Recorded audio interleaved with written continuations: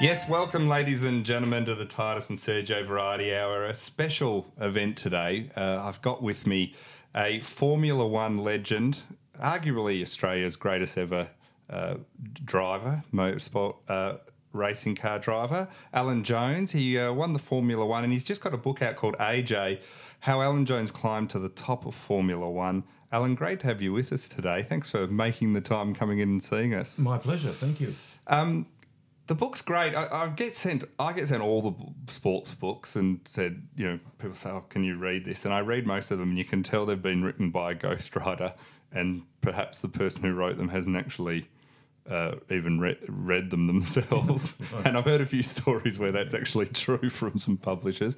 This one, though, not only is it, obviously you've had a fair bit of involvement in it, but actually says things and actually is pretty brutal. In fact, I was kind of shocked at how honest and raw you are throughout the whole book. Was that something that was weird to do when you were sitting down to write it? No, it was actually quite the opposite. It was something that was very natural to do. I guess most of my life I've never really held back, and I've always, I've had a bit of a reputation for speaking my mind and saying what I think, and I think more people should do it. I'm totally and utterly against political correctness. Yes. And I think if more people said what they thought at the time they thought it, it'd be a lot better. You at least know where they stand, basically. Exactly. What was interesting right from the start is it starts off telling about your early days and your family. It sounded like, to you, it seemed like normal at the time, sort of family growing up in a way, but you say it was sort of, looking back, it was sort of an interesting family. Your dad was a race car driver as well, but you said it was that your mother and father had quite a tumultuous relationship. Oh, they did. I mean, she was a Auburn Head Irish lady, and he's of Welsh descent. Didn't know his real father, brought up by his grandfather in Warrandyte, and made it the hard way. Bought and sold cars, opened up car yards in Victoria Street, Richmond, and got his money that way, and went car racing. And you talked straight away there was family violence when you were young. He had issues with that as well. You grew up in that, and you sort of just withdrew from him a bit, or what did you do to sort of, at the time, did you think that was sort of normal growing up in that sort of... I knew it wasn't normal. Seeing your mum get biffed's not normal. No. But I mean, what can you do? Like, when you're about 9 or 8 or 7 or 10 or however old I was, I don't know. Yeah. There's very little you can do as such. Yeah. You can go and hide in your bedroom. You can choose to ignore it, go into denial. I guess I probably did most of those sort of things. Yeah. And do you think that had an impact on you at all? Do you look back at all? It's sort of interesting. Some people say it probably did. Because it's funny, like this generation, my generation, everything is analysed completely, but you're quite matter of fact about it. Sort of, this happened, and then we kept going. So do you look back at that much, or was it sort of doing the book you actually started to do that? Just basically doing the book. It wasn't. I mean, I don't wake up on a daily basis and put my thumb in my mouth and get into the coital position in the lounge room or anything over it. I mean, it just happened, and my family probably weren't the only family that suffers from that sort of situation, and probably won't. The old man was a pretty volatile sort of a bloke. He had a very short temper, and Mum used to set him off. She had a really good way of lighting his wick, and it wasn't something that happened once a week or anything, but when it happened, it bloody happened. Let me tell you. And so you're growing up in Melbourne, around Balwyn. I was actually born in Richmond. Yep. Then I spent a long time in Balwyn, in Yongala Avenue, and then we moved over to the Boulevard in East Ivanhoe. And you talk early on that you started to get into racing billy carts and needed a big hill. Yeah, well, I mean, we lived in Yongala Avenue, which was quite steep, so all of us kids, built our own billy carts, out of soap boxes, and had ball bearings for wheels and so forth, and then they had a proper soapbox derby down Balwyn Road, which is quite a long, steep hill. I know it well. It was well organised, so I think I went in that for a couple of years, once a year. You couldn't do that now. The traffic on that road now would prevent you doing lots racing of things down you can't do now, unfortunately. So from early age, it seems that reading this that you were really into racing. Like it seemed to be almost you're immersed in it from day one. Oh, well, I virtually was, because, I mean, ever since I was knee-high to a grasshopper, ever since I can remember, I grew up in a racing environment. My father used to race, he was the first Australian ever to win a Grand Prix outside of Australia, albeit the New Zealand one. But yeah, he was Australian racing champion, and so I used to go to most of the races with him as a kid. So as far as I was concerned, that was what I was going to do when I grew up. I was going to be a racing driver. And he was racing people like Jack Brabham, and you thought he was actually a better race car driver than Jack, or at least up on his level, didn't you? Probably a tad biased, but yeah, I did. You know, I mean, when he won the New Zealand Grand Prix, he was offered a test drive for Ferrari and BRM, but he turned them down because he had a fledgling business out here in Essendon. He had the Holden dealership. Young family, and he decided to concentrate on them. And I think it's something later on in his life, not that he lived to be that old, that he regretted. And that's what he said to me. You've got to get over and give it a go. Australia will always be here. It's not going anywhere. So go over and give it a go. And if you don't do any good or you don't like it or whatever, you can always come back. And how much did that sort of drive you later on? Because you had a few moments where you didn't know who you were going to be driving for next. Yeah, and you had a few long winters. Yeah, that was quite a lot. I mean, you go to England and, you know, you would do something one season and then you'd go into winter and there'd be nothing teed up for the following season. Yeah. Couldn't afford to come home, so I had to stick it out over there. And you were just wondering what you were going to do racing-wise next year. And it really wasn't until about 1975 or so that I actually knew what I was doing from one year to the next.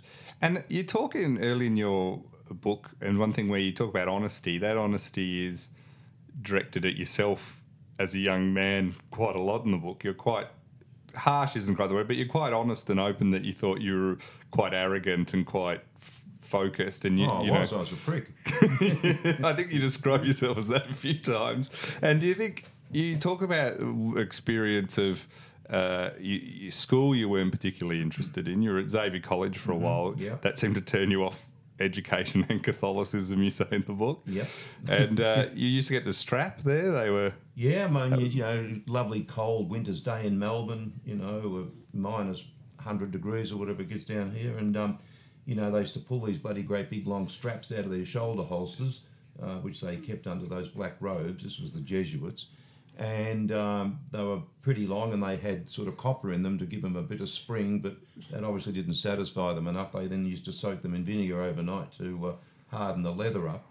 And if you did anything, they'd give you 2 or 4 or 6 of the best. And the kids always used to try and pull their hand away at the very time that the strap impacted on your palm, so you could take a lot of the power away from it. But you had to get it just right, because if he sussed that you were doing it, he'd give you another one. It's when you hear those stories, and it's not that long ago at all, and they used to do things like soak them in vinegar the night before. It was pretty premeditated. It wasn't like someone just losing their temper, was it? Oh, they were mongrels. I mean, I'm sure they were sadists, a lot of them. Yeah. Hey, look, some good ones too. Don't get me wrong. Yeah. I mean, there were some lovely ones, but by and large, there were some, there were some nasty pieces of work as well. And you talk about, even at that age it comes through in the book, you were pretty focused by then. Racing was the way forward, that you weren't really that focused on anything else. No, I wasn't. You were one career path from pretty young. Yeah, and thank God I was reasonably good at it, because if I wasn't, I had nothing to fall back on. And your dad actually went bankrupt basically at one point. You said that was a bit of an eye-opener and sort of maybe made you grow up a little bit. Well, it did, because, from a kid that was basically spoilt and, had most things given to him and didn't really want for much, and then to have your old man go broke and see all that happen, it woke me up like you wouldn't believe. And sort of you thought that kind of got you a bit more focused on trying to... Yeah. You made you more professional, or...? Well, I think it just made me a bit more aware of how easily it can happen and things don't go on forever. You know what I mean? And I'm a great believer, nothing is forever. I'm always, you get some bloke will start up a business, he's doing extremely well, and then some other bugger will open up an exact same one opposite him and take half his business away. Yeah. You never know. Yeah, and so you then talk about you even when you were 15, you started driving cars just around town even when you were 15 before you even had your licence. You were just that obsessed from that point? Well, yeah, I mean, my father actually got a Morris Minor convertible and painted it like an iridescent green with gold interior and gold wheels. It was shocking. My name should have been Papadopoulos or something, I think, but I couldn't wait to get rid of the thing. But then I sold that and got a Lost and Healy Sprite, which was a lot better. Yeah. But, I started driving when I was 15, and when I was 16, I went across to Adelaide and got a South Australian licence because you could get them at 16. I don't know whether you still can or not. And then when I was 17, I went to New South Wales and got a New South Wales licence because you could get them at 17. Right. And then when I was 18, I finally got my Victorian licence, and that's the first time I got pulled up. Right, so you managed to get away with it all that time. Yeah. I also read you used to take your dad had a racing car that you took on a few laps once, and someone warned you about the police were onto you. Yeah, he bought a two-door Ford Galaxy that was raced in England in the British Touring Car Championship by a guy called Dan Gurney. And I don't know how he came across it or how he got it, but anyway, it ended up in the garage. And he used to go out quite regularly, out to dinner, like every night. And so I used to wait for him to go, and I'd pinch the keys and take it for a burn around the neighbourhood. And one of the neighbours said to me on my way back from school one afternoon, "Hey, Alan, tell your old man to be careful driving that car around. The coppers are onto him, and they're going to lie in wait." And I said, "Oh, thank you very much." I'll let him know. Yeah, I'll let him know immediately. So you've had a bit of luck there in your youth, avoiding a few of those. Oh, yeah, absolutely. Well, you know the old saying, I'd rather be lucky than good.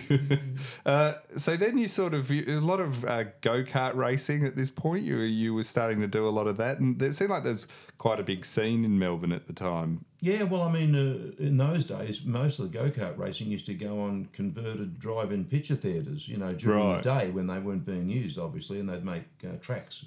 There was one out at Broadmeadows, and there was also some dedicated go-kart circuits as well. But, so I started racing go-karts, and my dad's secretary at the Holden dealership, Elsie Pretty, she was racing go-karts as well, so... I did that for a couple of years, I think, maybe a year or two. And then progressed into cars? Yeah. We bought a Mini, an 850, with the engine in the boot off a repo yard, and got a guy called Brian Sampson to turn it into a little racing car, and I painted it silver grey with black wheels and did it all up, and that was my first real sort of racing car as such. And what was the love of racing that kind of, obviously your dad had done it, and so it seemed very natural to you that everyone, I imagine most people you knew raced. Well, correct. I mean, even, some of his mates would come over for what they used to call a pleasant Sunday morning at our place, and people like Big Stool and Bill Patterson, Lex Davison, all those guys would, come over and have a quiet Sunday drink. So, you just grew up in that environment, and I obviously fancied myself as a bit of a driver, so I thought that's what I'm going to do. And what did you love about it from early on? Is it the speed? Is it the risk? Is it the control? All of it? I think, yeah, all of that. I think, there's just putting on your overalls or helmet and getting in the car and going quick and racing people and hopefully beating people and going through the motions, and that's why... When I stopped doing Formula One and came back to Australia, I continued to race touring cars and sports saloon and GTs because I still liked going through the motions of getting up and packing my bags and going to a race meeting and waiting for the lights or the flag to drop and racing. Yeah. And you say interesting in the book, there's a bit where you say you learnt early on that really only the driver knows what's going on. The driver is the person that knows what the car's doing, and even with all the technology they have and all this, and you felt it's almost a very it's a team sport in some ways, but it's a very solitary pursuit in other ways. Yeah, I think I meant it basically in regards to the armchair specialist. They say, oh, he should have done this or he could have done that, or and there's only really one person that knows what he could have done and what he couldn't have done, and that's the driver. He's the only bloke in the car. So all these other people can make their own arrangements, but he's the boy. And the more you drove, you could really sense what a car was doing. How much is it instinctive, and how much do you sort of by just doing it over and over again did you sort of get better? I think it's instinctive, and I'm not mechanically minded at all. No, you say a few times you don't like any of that No, I don't stuff like at getting all. my hands dirty. Yeah. No, I'm not. I'm the sort of bloke, if I took something to pieces, you can bet your life there'd be 2 or 3 bits left over when I thought I'd put it back together again. You're not go again. You're not an IKEA fan or something. Oh, no way. Funny to mention that, we're just going through that drama at the moment. But, no, well, in fact, we've had to call a bloke in to do it. But no, I'm mechanically hopeless. But I had a really good empathy for noises or vibrations, and I could come in and say, look, there's a vibration coming from the front left, or there's something amiss with that engine. It's definitely got a weird vibration, or it's got a weird sound. And, you know, and more times than not, they'd take it out and pull it to pieces and say, gee, I'm glad you did that, because, like, you know, another 40 or 50 Ks, it would have blown to smithereens, so you saved it. So from afar, you know, for people that aren't massive motorsport fans or don't know the intricacies of it, it seems that you assume a driver's job is just to go as fast as possible, but how much is it also knowing what the car's doing and driving it within certain limits? Oh, it's very important. I mean, in my day, we never used to make pit stops as such. It was always either 200 miles or 2 hours, whatever came first. And places like Monaco, for instance, 2 hours would always come up before 200 miles because it was quite a slow circuit, still is. So, you know, we started with pretty heavy fuel loads. We didn't have pit stop for tyres. So you had to really know how to preserve your tyres, when to look after them, and then towards the end of the race, if you had a handy lead, you might short change. By that I mean change up into a higher gear, a bit more than you would have done at the start of the race. Just looking after the machinery, making sure that you can get it home. Yeah. You weren't a fan of Monaco as a circuit, were you? I'm not a fan of Monaco, period, to be honest with you. I mean, it's just, I used to call it poser's paradise. You know, if they simulated that circuit anywhere else, no one would race on it. It's just, the cars outgrew it about 60 years ago. But it's just that it's got the harbour, extremely wealthy people. It's glamorous. And look, having said all of that, I wished I would have won it. You know, I led it by 20 seconds one year and had a fuel starvation problem. But it is probably, you know, the most prestigious Formula One race to win. Yeah, it's an old street circuit, and it's... Well, you can't pass. I mean, at the end of the day, if the guy in front doesn't want you to pass, unless he makes a mistake, you're really hard-pressed to pass. Yeah, it is a bit like a procession at times. It does sort of come across like that. Except when someone gets a bit impatient, and that's good then. Well, if you're watching. All for impatience. Yeah. You then head over to England. Is it in 1966 you sort of went over there? And was... You went over and sort of was just England then was the absolute mecca of motorsport, wasn't it? It still is to a certain degree. I mean, if you think about it, there's really only, I think, 2 Formula One cars that are built outside of England. Sauber and Ferrari. All the rest are built in England. You know, Mercedes, all of them are built there. But if you wanted to get anywhere in motorsport, particularly if you're English speaking and stupid and didn't know any other languages or anything like that, well, you virtually had to go to England. Yeah, and you went with the aim to drive? Yeah, I went over there for the first time. We bought an old Dormobile and the old Desert Boots and Jeans and toured the continent and went to as many races as we could, sports car races, Formula One. Then I came back to Australia for a year, and then I realised without any doubt whatsoever that if I wanted to get anywhere in motorsport, I had to go back to England, had to go back to Europe. Yeah. And so you were your first Formula 3 season, that was 73, 74? Yeah, sounds about right. Sounds about right. And how did that come about?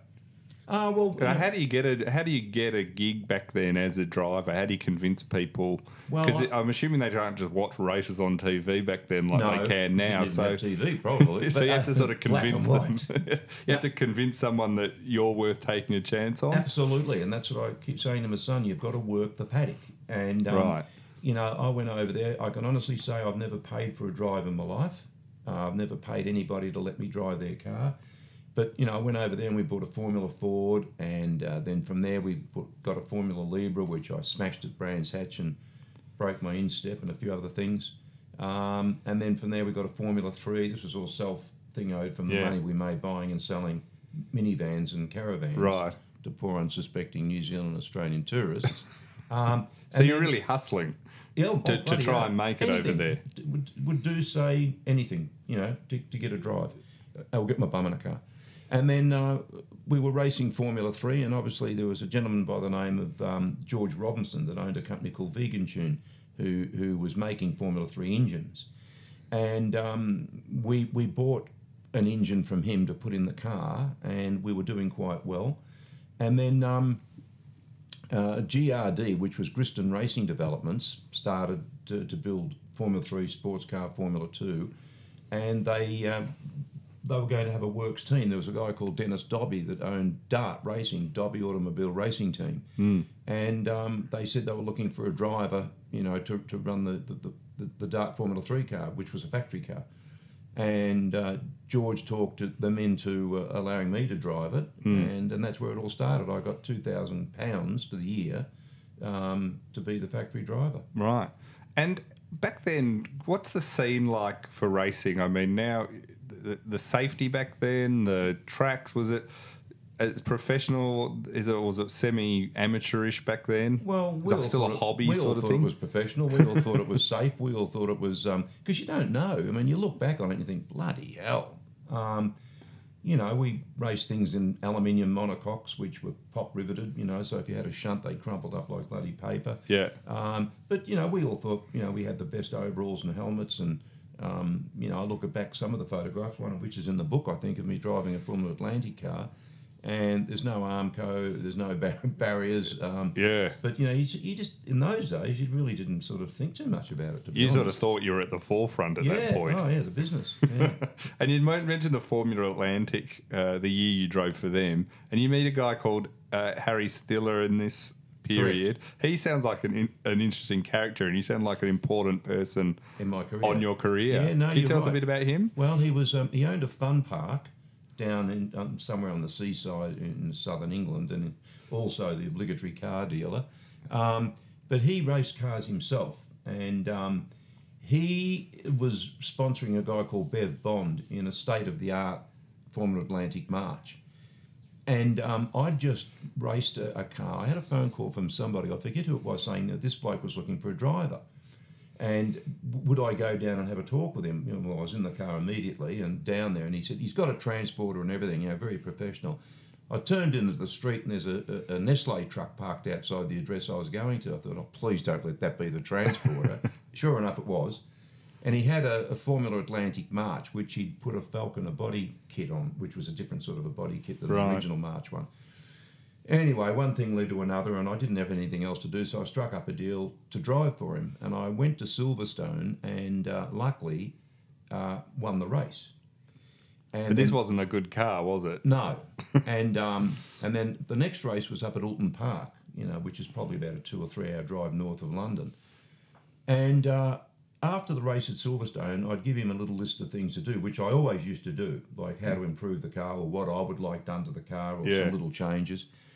Anyway, I fronted up at Alton Park, and I don't think the thing had been taken out of the truck since they'd loaded it up after I won the race. So I said, you haven't done anything. The car's even filthy.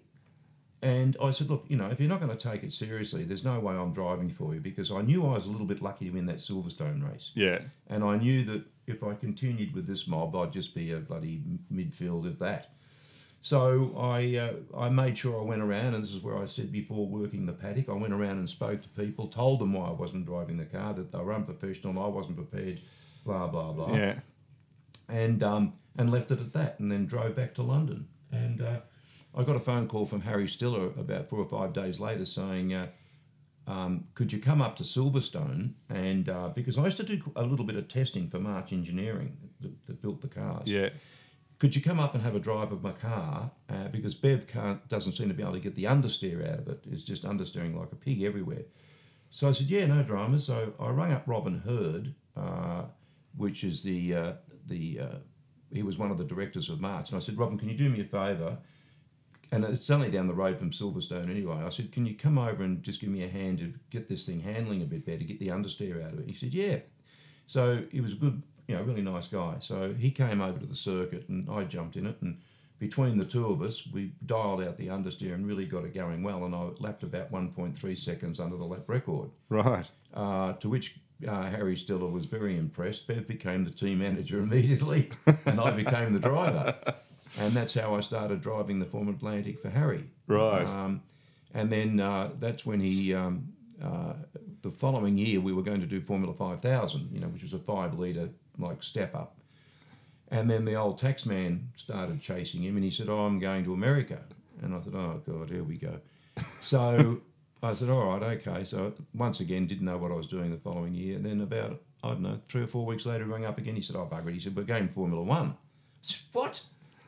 From Formula 5000 to going to America to Formula One. He said, "Yeah, I've done a deal with Lord Alexander Hesketh. He's got a spare car, and he got some sponsorship from custom-made double glazing windows and a guy called Rob Walker, who was a very well-known racing identity and used to give Sterling Moss and so forth.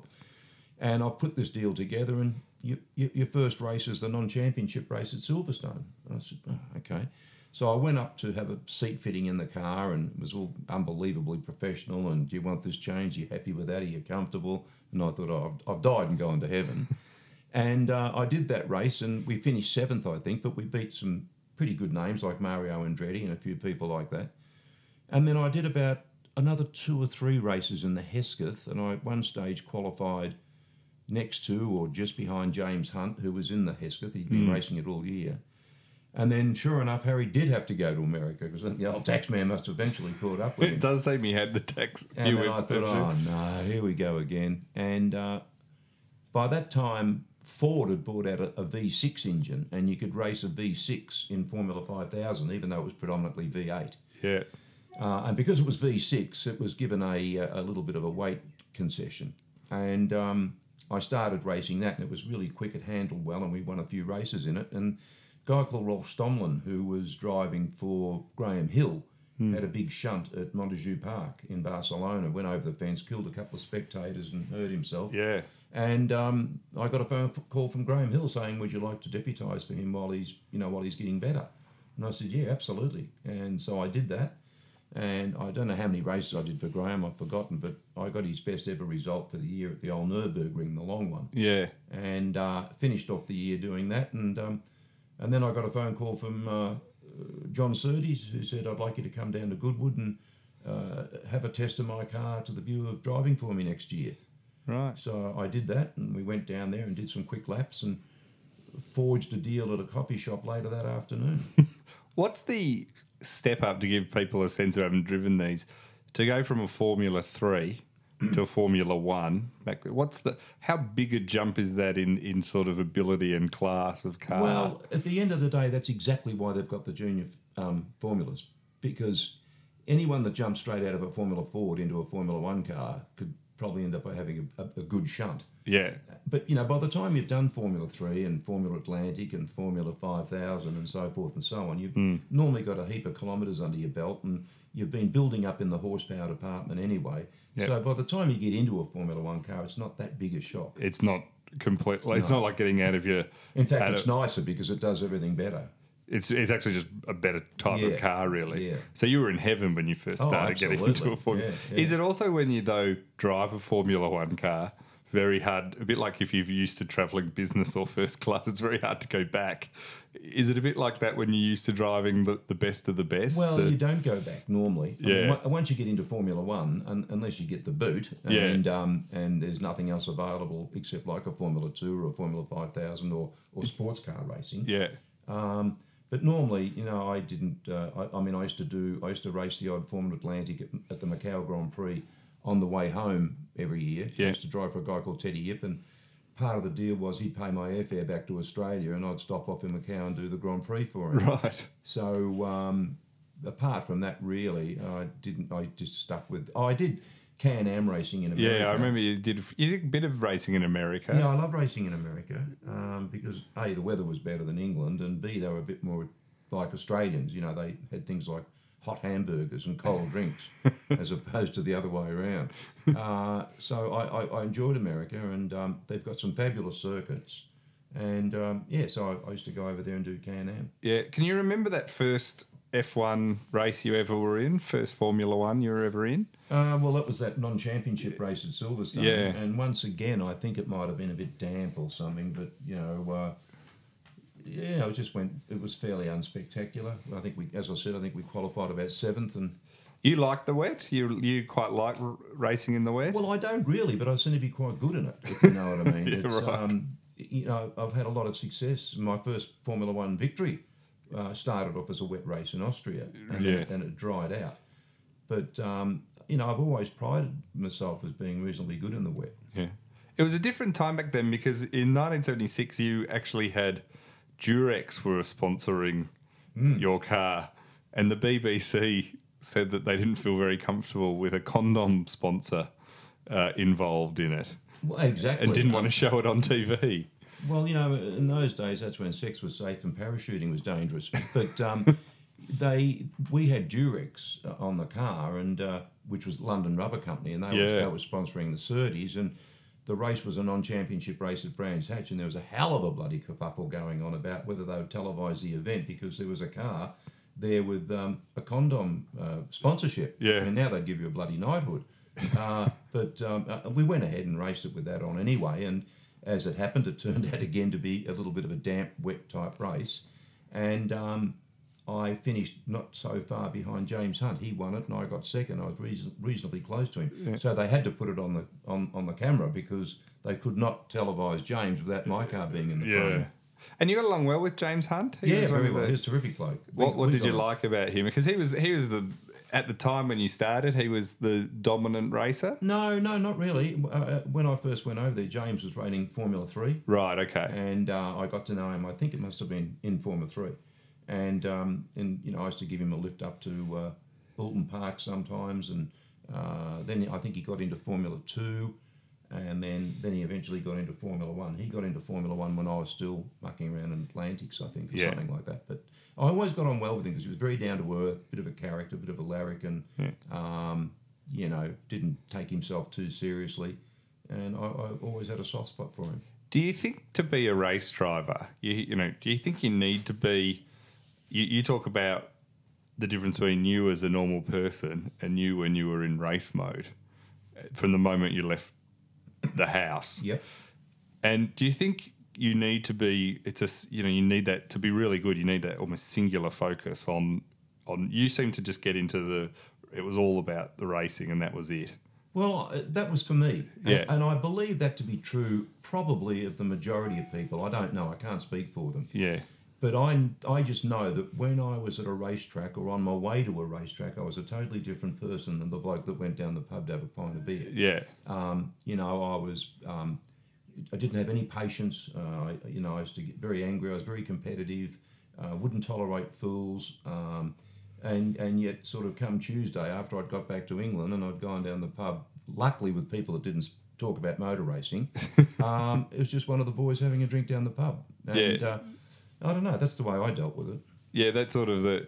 But you say that some people, if they saw you in that mode, it wasn't... You weren't very particularly friendly or anything. You were focused on the one thing.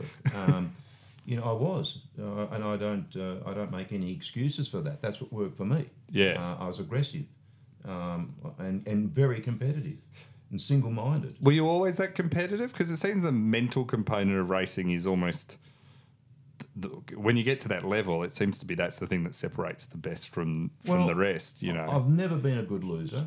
I've always been a very bad loser. I'm super competitive in everything I do. Yeah. I'm a little bit different now, in my sort of, now that I'm older. Yeah. It doesn't sort of seem to worry me quite as much. But, like golf, for instance, like my wife just refused to play with me. I used to go into one because I couldn't understand why I couldn't hit it like Greg Norman, Yeah. And other things like that. I used to work very hard on myself. And did you find most drivers at that level were like that in terms of competition? Yeah, pretty much. Yeah, they're very competitive. I mean, and single-minded. Like you'll find that if they have a big accident, the first thing they want to do is jump out of the car and go back to the garage and get in their spare. Yeah. They don't sort of go around saying, oh, I nearly killed myself and all that nonsense. Yeah. And you mentioned, Nicky Lauda, you were racing when he had that big injury. Yeah, I was in that race. That you were in that race. In fact, it was my teammate. He was badly burnt, wasn't he? A guy called I used to call him Bert Plunger, Lunger, Bert Lunger. Nicky came round and hit a curb and spun, and Brett Lunger came round and like almost hit him head on, and I think that's what caused the car to burst into flames. Yeah. But that was the last race of that they had a Formula One race at the Nürburgring. Yeah, which is, for people that don't know, it's a famous famous track, but it's so complex that you can't sort of do it off memory, can you? The first few times, I think it's 16 miles around or something like that, and it's hard enough to learn a normal circuit, whereas trying to remember I don't know how many hundreds of corners, and some of which are blind. There's blind brows of hills. There's all sorts of things. You can never really do enough laps at the Nürburgring. There were Nürburgring specialists. I mean, Jackie Hicks was always good there. Yeah. Hans Stuck, obviously German, he was good there. But you could never really do enough laps. You crashed a hire car there once. I did. I went there and I thought because I think you could pay about $5 Deutschmark or something, and you just go around and do lap after lap. And that's what I had a little stopwatch with me, and I would time different things, and I'd look for various things along the road, like it might be a church or a tree or something as a bit of a landmark. Yeah. Just trying to get to know the circuit. And at the point where you'd start, there's all these guys would be waiting to come in and go round with you. Yeah. And this one bloke kept pestering me. I said, no, mate, look, I don't even know where I'm going myself, Anyway, I relented, and he jumped in, and sure enough, that was the lap I whacked the Armco and pushed all the side of the car in, all the glass broke, and last I saw of him was he running up the road screaming.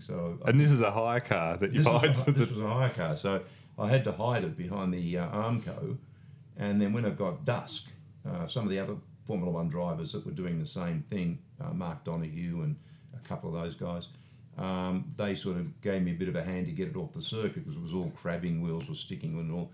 So I drove it about 20 k's down the road and rung up the hire car company and said I'd swerved to miss a deer. And they must have thought, oh, yeah, sure, 20 k's from the Nürburgring, of course you did. Anyway, they wore it and they came and swapped it over. So, really? Yeah, it was all right. They probably wouldn't do that today. No. He'd probably be still dealing with the paperwork these days. Exactly. You then went back to Australia briefly in 76, 77 before going and racing for Shadow. Well, what happened was One. I signed, as I said before, to drive for John Surtees. It was an absolute bloody nightmare to drive for. And I got to the stage where I just wasn't enjoying myself. The car wasn't competitive. If the car's competitive, you can sort of wear it. But if you've got an uncompetitive car and a lunatic running it, and I mean that, I've got the greatest respect for John Surtees. He's the only man to have ever won the World Championship on 2 wheels and 4 wheels. Absolute genius in that area. But a bloody maniac in other areas. So he had until I think it was like a certain time to renew the contract with me. And we were over in Canada, and I was hiding up in my room. I didn't really want to bump into him. And I thought, this is ridiculous. So I'll go downstairs and have a hamburger. And then Jones's Law came into play, and as soon as the lift doors opened, I bumped into him. And he said, oh, Alan, I want to extend my contract with you for next year. I went, oh, no. And I thought, oh, no, if the only way I can do Formula One is with him, I don't really want to do it. Yeah. And I thought maybe I'd go and do some IndyCar racing. In those days it was called USAC. And I came back to Australia. No, I went and tried a USAC car at Ontario Motor Speedway and hated it. Just going around in circles, it's just... And it's not my idea of racing when old mate that's running in second place goes up and hits the wall and then comes back as a crowd, gearboxes and wheels and tyres. And if you swerve to try and miss them, you'll spin anyway because of the inertia. You've got the pendulum effect because the engine's in the back. So I thought, oh, God. So I came back to Australia and didn't really know what my next move was going to be. And poor old Tom Price got killed at Kyalami in South Africa, and Jackie Oliver rang me up, who was sort of helping to run the team, and said, we'd like you to come over and take Tom's place. So I thought, well, yeah, absolutely. Because Shadow had been around for a while. They built a good car. Had never won a Grand Prix, but they'd knocked on the door a few times. And it's funny that from your point of view, like following a job where someone's died and that gets you the job, that's sort of normal as a race car driver. Well, in those almost. days, You otherwise no one would be driving. You know, I mean, you probably would, I mean, I don't want to sound sort of stupid about it, but, you know, probably 1 or 2 a year would get killed. Just in Formula One, you know, let alone other forms of racing. And, you know, if it wasn't me, to be somebody else. So I thought, well, I'm going to jump in that situation. And I went over there, went to England, had a seat fitting up at Northamptonshire where the car was being built. And my first race with them was Long Beach in California. And we went on from there. And that's when I won my very first Grand Prix with them. Yeah, so that was in Austria? Yeah. And that was you. You started 14th on the grid that day. Yeah. And you remember it well? Is it? I do. Once again, it was started off wet and damp. And the old Shadow was a bit of a heavy old girl, and but and softly sprung, so it obviously suited those conditions on the day. And I made my way up through the field, and I think I must have got to about third or fourth. I think James blew his engine up, and one thing led to another, and I was in second, and he blew his engine up, so I was leading the race with about 20 laps to go, with Nicky Lauda right behind me, and he was obviously the Austrian hero at the Austrian Grand Prix. Yeah. So my victory wasn't a particularly popular one, and to say that they didn't expect it was a bit of an understatement. They didn't have the Australian national anthem ready to play. Right. So a drunk played Happy Birthday on a trumpet. So it sounded all right to me. Could have played anything.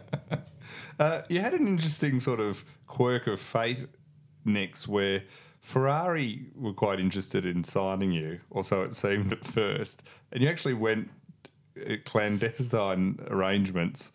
I actually signed for them. Yeah, to go and talk to them. And can you just tell us a bit about how much Ferrari means in Italy? You know, and because in Australia, you know, motorsport's very popular, but in Italy, you talk about it being next level over there. Well, I mean, they love their Formula One anyway, but the fact that it's a Ferrari, I mean, they're just fanatics. And I had a phone call from a guy called Luca Montezemolo, who was Ferrari team manager, and he said, we would like to have a talk to you. Would you be interested in driving for Ferrari? Which is like saying to somebody, would you be interested if I gave you a couple of $1 billion? And I said, well, yes. And he said, right, well, we must keep this very secret, though. We'd like you to fly over and you can meet Mr. Ferrari. This is what he'll ask you. This is what you've got to say back. I said, yeah, right, no dramas.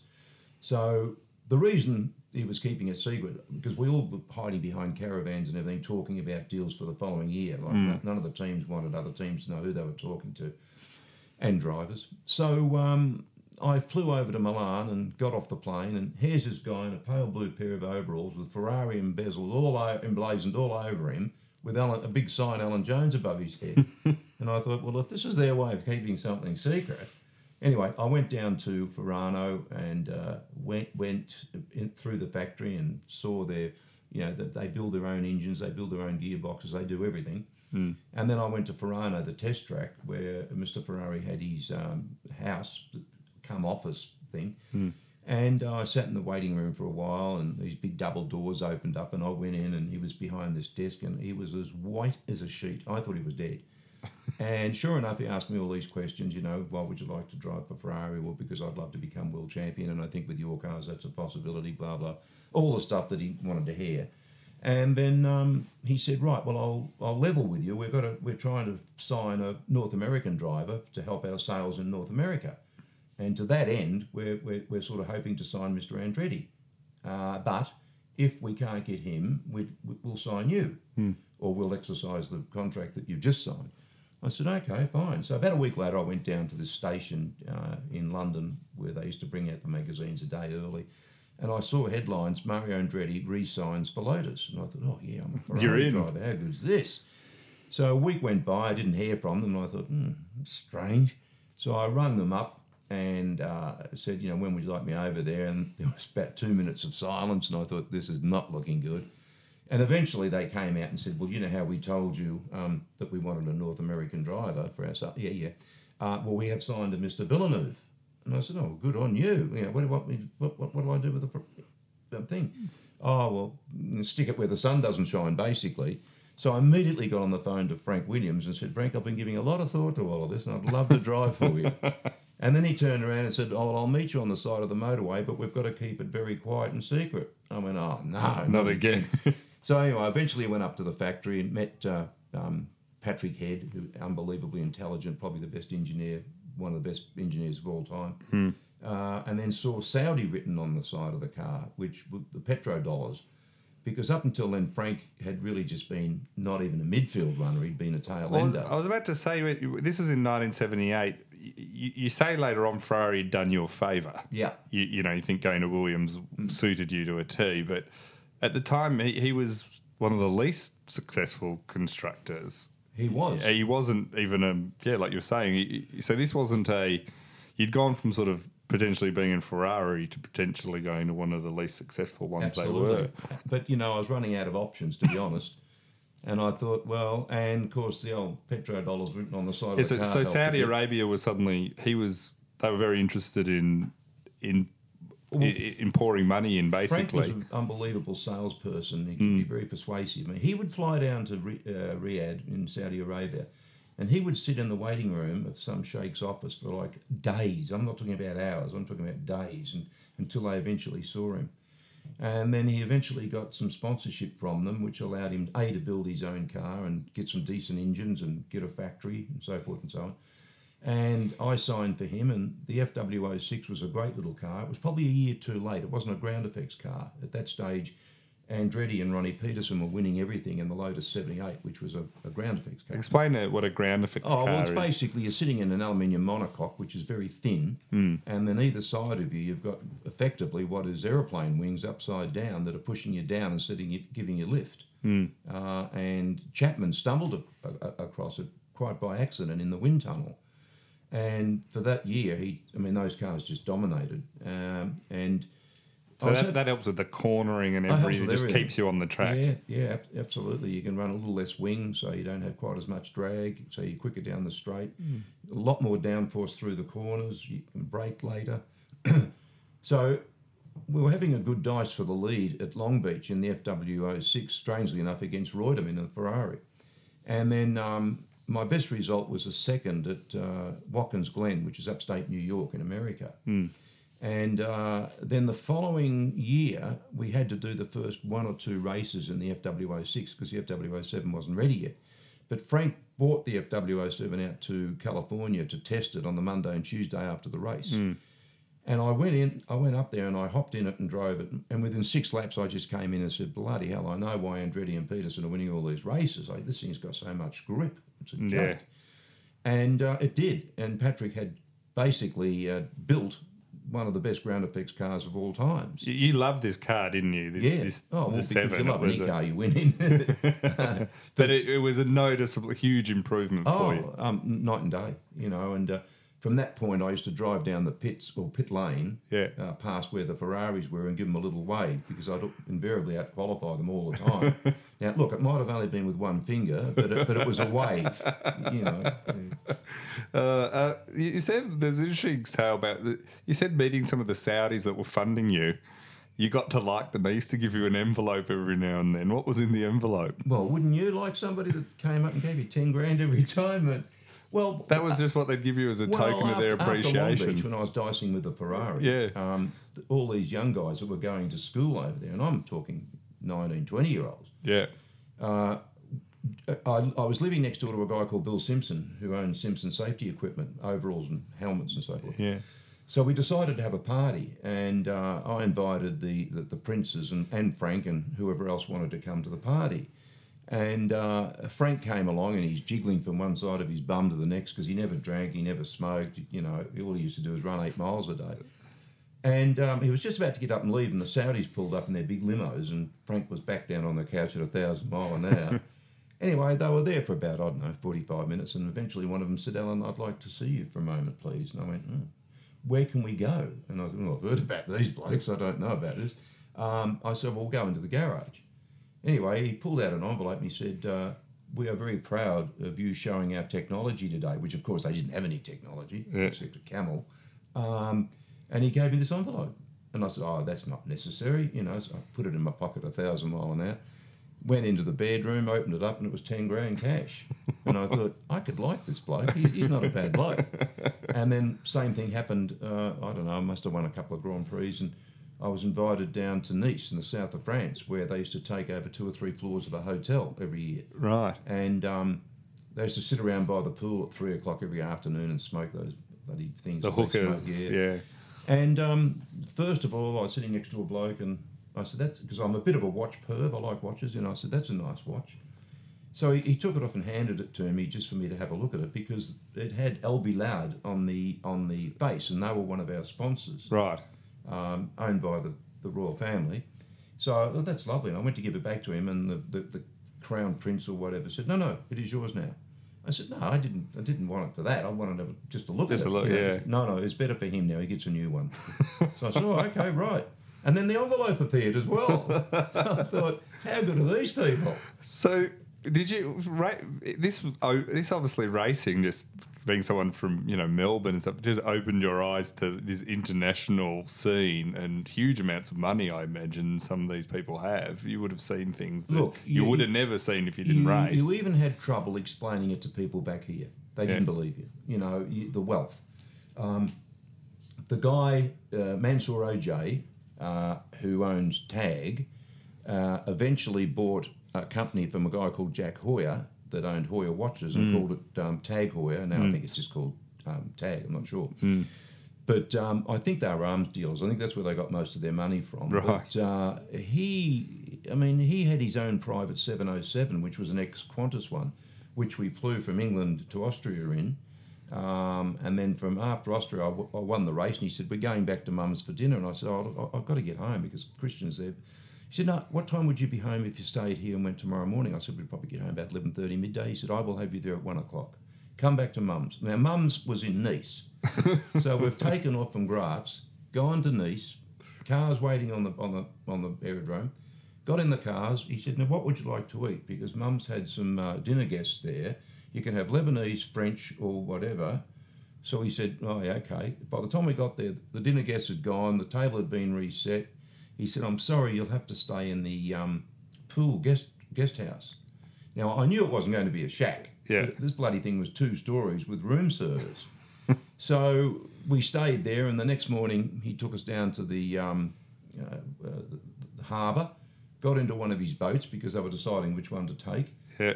Drove up to Nice Airport in the boat, anchored offshore, went into a cafe on the beach and had something to eat, and got on a plane, and sure enough I was home about 1 or 2 o'clock, only about an hour later than if I would have stayed in Austria and got them, drove to Vienna and got the flight back.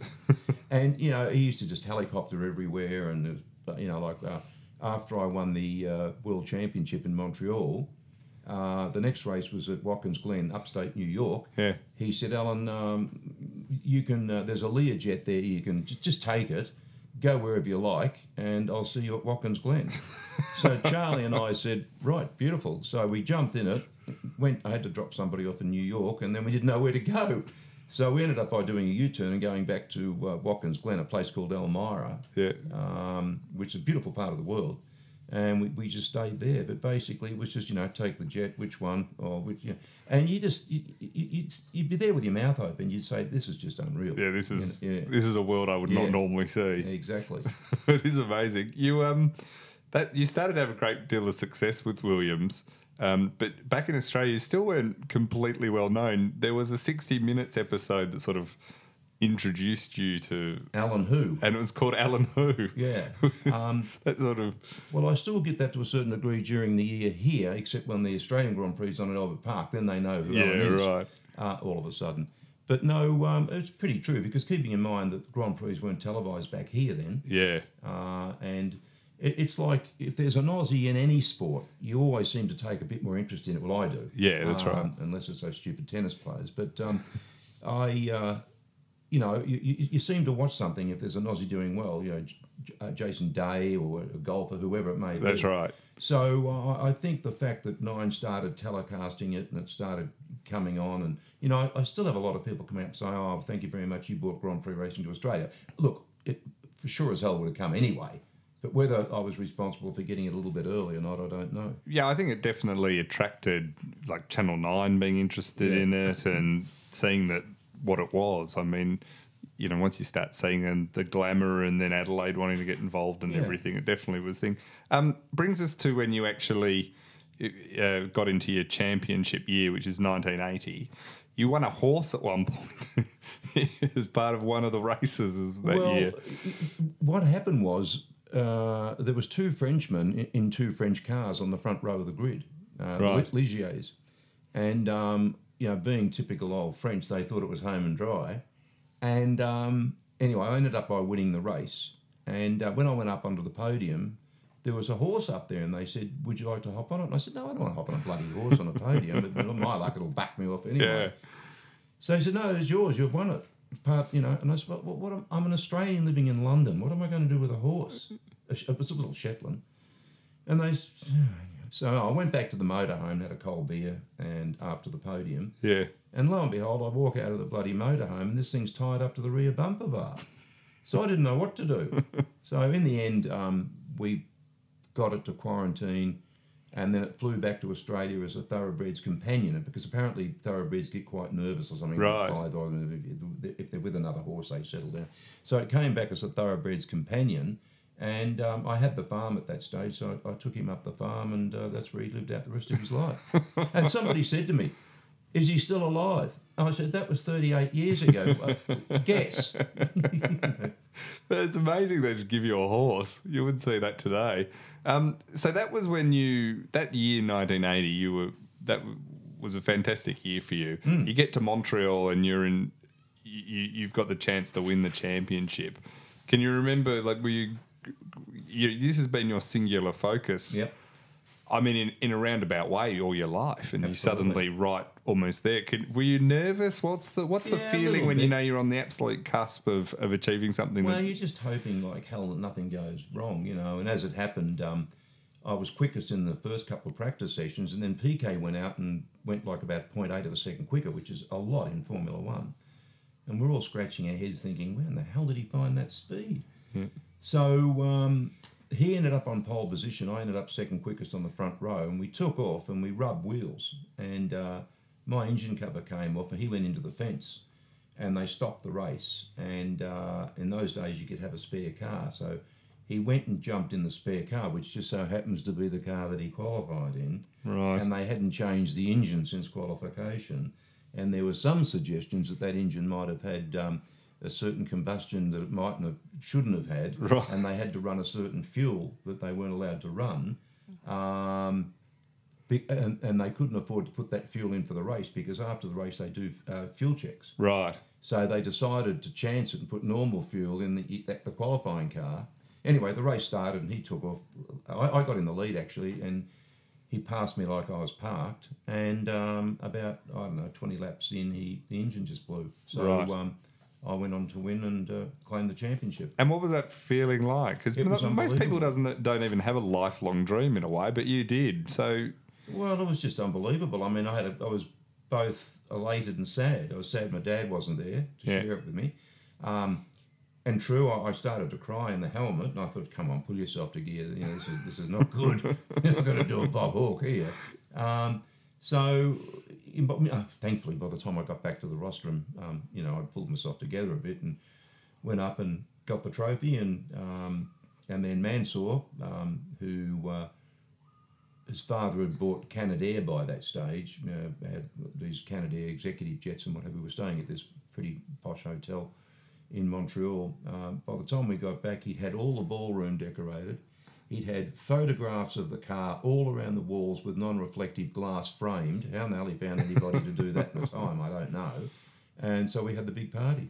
And that would have just been, was it a release as well? Oh, a relief? Absolutely. Absolutely. I mean, I remember winning my first Grand Prix thinking, I don't care what happens now, I've won a Grand Prix. Yeah. And then, of course, you think, wouldn't it be nice to win a championship? And so then, when I did that, I just simply said, well, they can't take this away from me. It's something I've achieved. I've created my goal, and obviously I was wrapped. You said the world around you then changed because you were now a world champion. Well, it did to a certain degree. I had friends I didn't know I had. People wanting me to go into business with them, stupidly, which I did a lot of the times. And you know, even then, you know, there was a journalist called Paul Kaye. He was based in Switzerland, and he used to give out a prize every year. One was the Prix Orange, and the other one was the Prix Citron. The Orange was for the most nicest driver, cooperative driver that spent time with him, and the Citron was the thing that left the ugly taste in your mouth because the guy was a Yeah.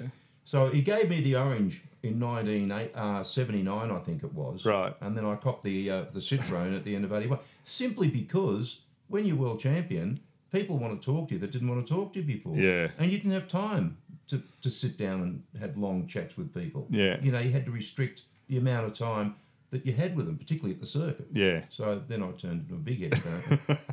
You retired for the first time then and did some racing back against in Australia, and Peter Brock was one of the up-and-comers you used to race with, and you seem to find that you missed Formula One, but also word that it was coming to Adelaide in 85 got you thinking about returning to Formula One. Yeah, well, that for sure was one of the catalysts. I mean, that was one of the contributing factors. I mean, the fact that the bloke I used to drive Can-Am for, Carl Haas, was forming the Beatrice team, and there was huge amounts of money. We had Works Goodyear tyres, Works Ford engines, none of which worked. The Goodyears were okay. But and an opportunity to go back into like a really big team with lots of money. And I thought, well, yeah. And by that stage, I thought I was sick of airports and everything. And I remember I was cutting some hay.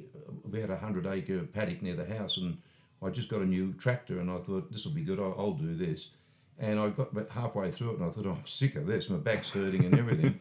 And then a plane flew over, and I thought, gee, I wonder where that thing's going, you know. So one thing led to another, and I made a comeback, and the fact that it was the Australian Grand Prix, you know, really sort of tempted me as well. Yeah. And then you got to drive around in front of that home crowd in a lap. Bernie Eccleston allowed me to go out and do a lap before he allowed all the other cars out on the circuit, which was terrific. You know, it was a great honour, and I felt very proud. And silly old bloody Ken Tyrrell said, "Oh, you're giving him an unfair advantage." Well, obviously Ken hadn't seen the car that I was driving, because I could have started the night before. Yeah. And I wouldn't have had an advantage. You finally retired when you were 40 years old. You'd raced in 117 Grand Prix. You'd been champion, and you get a sense from the book that you were someone who left it all on the track. You'd achieved a lot. You'd done it all for a long time. Well, I've driven a lot of different cars. I've won different championships. I won the Australian Sports Saloon and GT Championship, the Can-Am Championship, the Formula One Championship. So I was pretty satisfied with my achievements. Yeah. And, I love living in Australia. And I'm happy. Yeah. And what do you think of the future of Formula One, with especially Australian races that we've got here? Well, I think it's pretty good. I mean, as you may or may not know, Bernie has sold out to Liberty Media, which are predominantly Americans. And as such, I think they're probably going to introduce some new innovative things to Formula One. They've already started by putting the driver's name on the engine covers and the national flag of the driver. I think they're going to explore social media a lot more. I mean, Bernie used to say, they've got bloody TV, what more do they want? So I think you are going to see some quite good changes in Formula One. Well, it's been great having you. I should add, there's lots more in the book that get everything from your cover your family. You've got things on here in Ayrton Centre and a whole bunch of absolutely great stories and anecdotes. But it's called AJ, How Alan Jones Climbed to the Top of Formula One. It's out through Penguin Random House. It's an absolute... I thoroughly enjoyed reading it. Oh, good. And just... It's got everything you want in a book like this, in that it really get a sense of the honest, raw opinion of what you think all the way through, and some very funny stories all through it. So I'll put a link in the show notes to this of where you can purchase this from, and I highly recommend it. It's been an absolute pleasure having you on, Alan, and all the best with the book. Thank you very much. Thanks for having me.